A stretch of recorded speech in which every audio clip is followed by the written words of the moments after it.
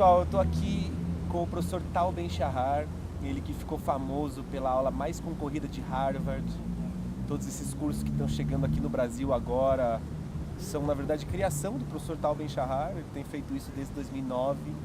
Tem 8 livros best-sellers escritos, vários deles publicados aqui no Brasil. E ele é um dos pais da psicologia positiva, que hoje engloba a chamada ciência da felicidade. How are you doing today? Doing very well. Great to be here in Curitiba in Brazil. Awesome, thank you.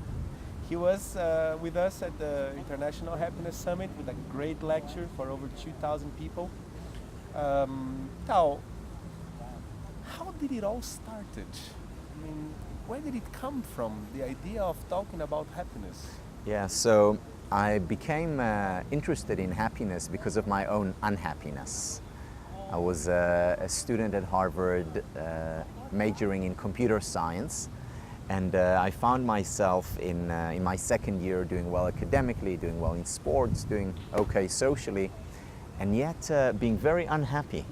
And it didn't make sense to me because everything we're told, whether it's by our parents or teachers or our communities, is that to be happy you have to be successful. That is the key. And I was looking at my life, I was looking at other students, looking at older people, and I saw that that wasn't the case, that actually success has nothing to do with happiness. And that's when I decided to switch my majors, change the course of my life, and instead of studying computer science, I moved over to philosophy and psychology. And looking for the answers to my questions. How can I become happier? How can I help others become happier? And that was 25 years ago. Wow. Awesome. Yeah. That's something we've been talking about for some time. I like to say that something hurts you. There's a pain inside, and it's a different pain for each people. If you go deep into that, you'll find something for you.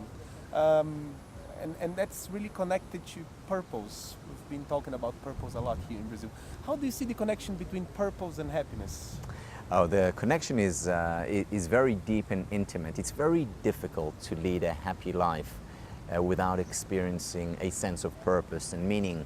At the same time, it's important to distinguish between two kinds of meaning. So Viktor Frankl, who wrote a wonderful book called Man's Search for Meaning, distinguishes between the meaning of life and the meaning in life.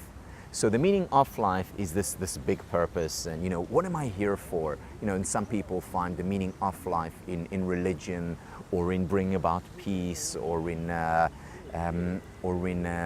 creating jobs, or whatever it is. We find the purpose of life in something big, and yet there is also the meaning in life. And the meaning in life is no less important. That's the meaning we find in the day-to-day, in the small experiences. For example, the connection between people. For example, just being outside and looking at the miraculous world that's all around us, being present to it.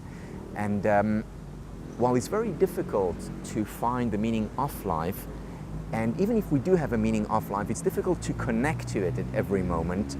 We can connect to the meaning in life at every moment. Right now we can connect to our breath. Right now I can connect to the water fountain behind me. And most importantly, right now I can connect to the person sharing the space with me. Great. That's what's beautiful about positive psychology. It's at the same time it's very deep, and it's very simple, it's very palpable. It's something I can start doing right now. Professor, it's great having you here, or Tal, as you like to be called. Tal is a very simple person. He's a very outgoing, very easy to deal. Thanks a lot for being here with us and bringing so much of your knowledge. Agradeço vocês também nos assistindo. Aguardem mais do Tal Gustavo no Brasil e aqui em Curitiba. Thank you. Thank you, Professor.